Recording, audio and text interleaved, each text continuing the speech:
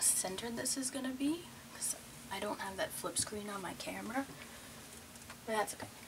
So I wanted to make a video about mental illness and just really everything I'm learning in psychology right now, and how I see it being handled and how I think it should be handled.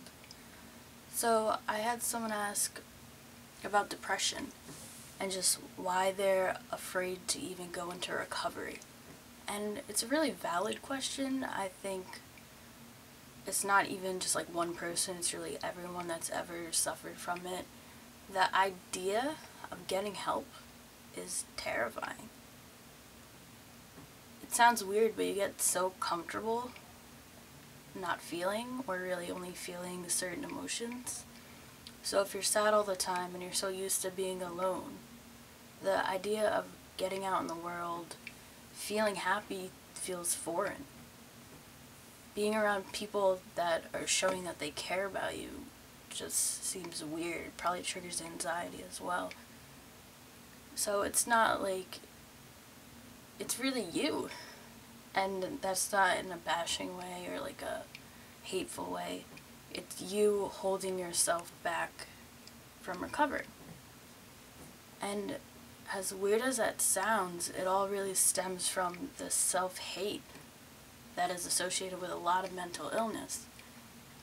So you look at depression, and the whole reason, or like the symptoms, you're like, you want to die, you want to sleep all the time, you don't feel like you're worthy, you feel fat, you feel ugly, you feel everything associated and negative.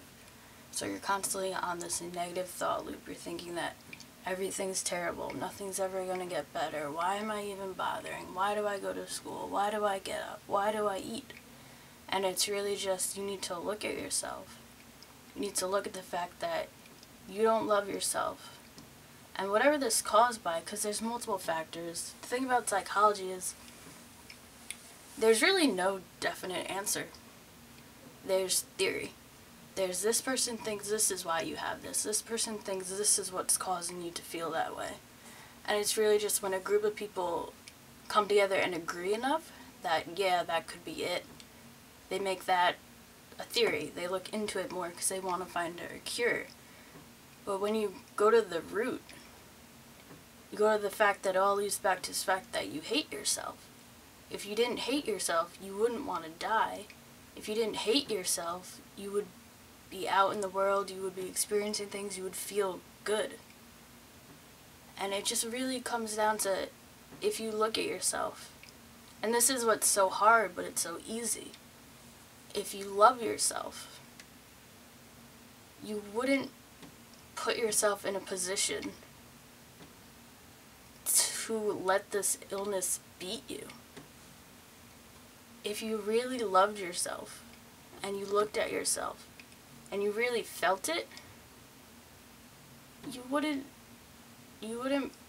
label yourself as someone with depression. And the thing about the way society and just psychology is moving right now is they're moving in the direction of looking for a cure through medicine, or looking to erase the symptoms, make them non-existent, which doesn't really take away the illness. Sure, it stops you from feeling sad all the time. Maybe it helps you go to school, but it numbs you. And the fact that something like depression stems from this self-hate, whether that self-hate was triggered by the media, having shitty parents, that tell you that you're not good enough, or, or something biological, because it could be something in your brain. But the thing about the brain is it can be rewired. You can change the way you think, which changes just everything. Your hormones are released when certain emotions are felt. It's the same thing when you feel love and those endorphins or whatever, they're released and you feel good and everything's fantastic. It's the same thing with how they related schizophrenia to the hormone dopamine. Something like that. And dopamine, basically, I just read a study today actually that they're finding a link between negative emotions and things like anticipation and anxiety that are triggered by negative emotions, usually in fear, are related to how much dopamine is released in the brain and when.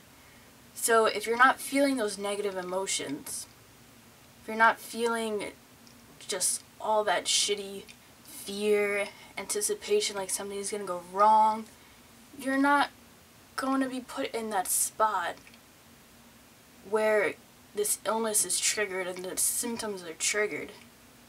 So if you're in a positive mindset, the chances of these symptoms coming up and you feeling all these things and you really being beaten by this mental illness aren't there. So I think it really comes down to fear and love. They're two of the strongest emotions. So you have this fear of, I can't go into recovery, like it's not going to work. You doubt it automatically because that's just the way your mind is wired right now. You're wired to be negative. And like I could go into self-love like God forever and just the benefits of it and how to go about it. Because I haven't been doing it long, I'll be honest, but I feel fantastic. I didn't really think it would help this much. I can't say that within the past year, like a lot has changed. I changed my diet, I'm healthier, I'm exercising. So there are other factors, but when people look at medicine, not saying that it's bad, I think it's good and it's a factor that needs to be in psychology along with therapy. I think everything helps, but I think things like that shouldn't be the concentration. We should be concentrating on the one thing that if this is fixed, you're fixing all your symptoms. If you loved yourself, truly, which takes time, I get that, you're not going to be suffering. Your mind is going to be on the positives in life. Good things happen when you think positive. It sounds so weird, but it's a law of attraction, something that I think people should really look into. I'm getting into it a lot. And it's just something that really can probably be used to cure mental illness. And that sounds crazy, but really it's an illness. Illnesses are meant to be cured. This isn't something that you can just numb. You need to feel your feelings, whether they're negative, whether they're positive, in order to get to that place where you can change the way you think in order to really move on.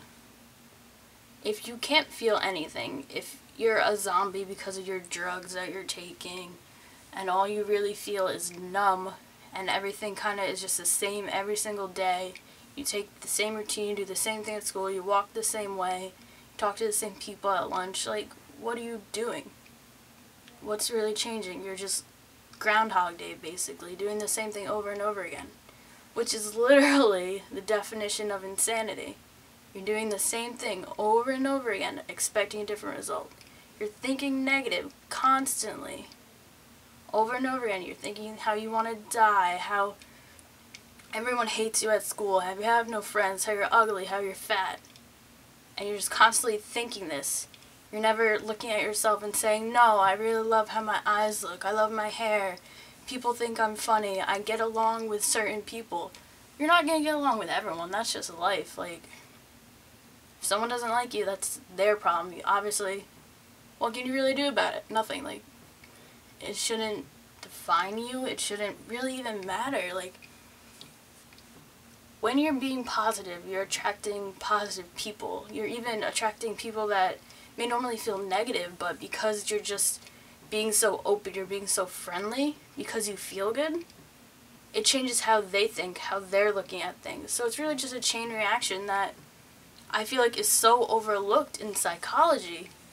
Like, even what I was saying before about dopamine and schizophrenia, like, they're finding this link that negative emotions are releasing dopamine, and then they're finding this link to schizophrenia and dopamine, and how when someone's suffering from schizophrenia, dopamine is released in larger quantities and just like so much more prominent in the brain.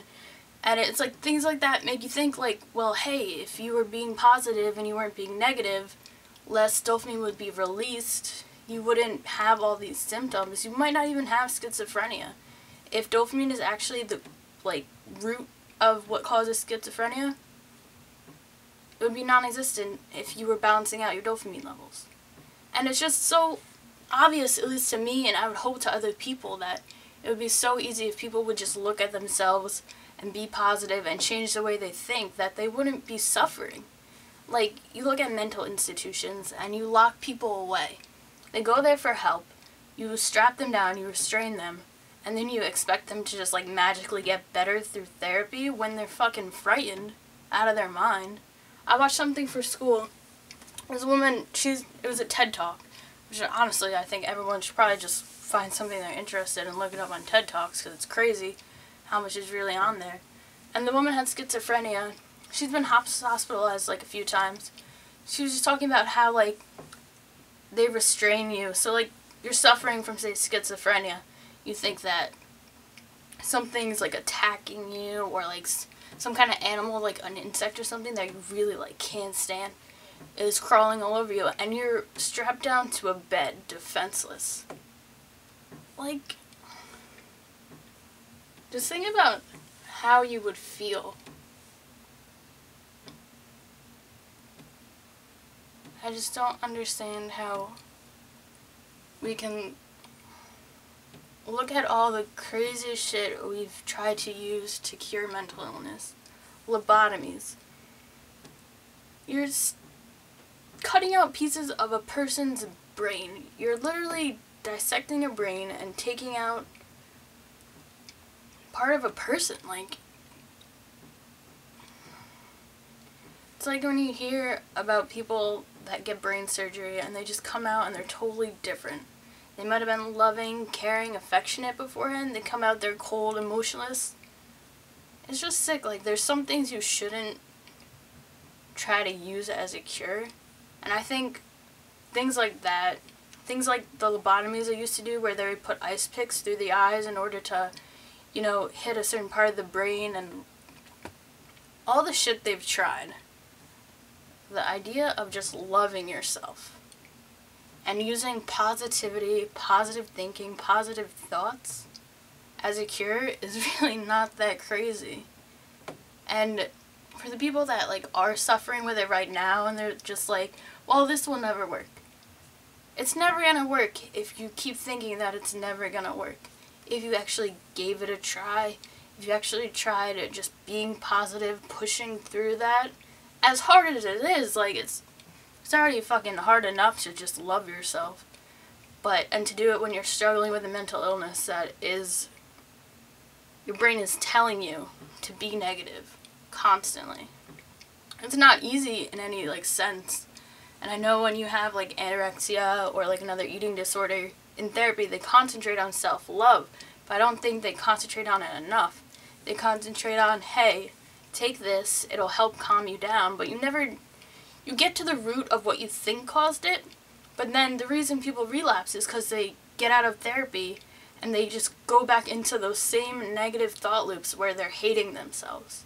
And it's just a fucking vicious circle, and no one seems to see that, hey, maybe if you left there loving yourself and you had some kind of support group when you left where people could go when everyone's positive, everyone's loving, everyone cares about each other and themselves, then they wouldn't relapse. They wouldn't have a reason to. Like, there's just so much I want to say about it, and I don't even know, like, where to begin, and I feel like this video is getting really long, so I'm gonna end it. But if you have any questions, comments, whatever, if you agree that body positivity, self-love should be more of an aspect in psychology and the treatment of mental disease, like this video, let me know, all that good stuff. If you have any questions, you want me to make a video about something, I will. Just let me know in the comments or on Instagram. I'll leave a link somewhere because you're probably all from there anyway. Have a good day, guys, and stay positive.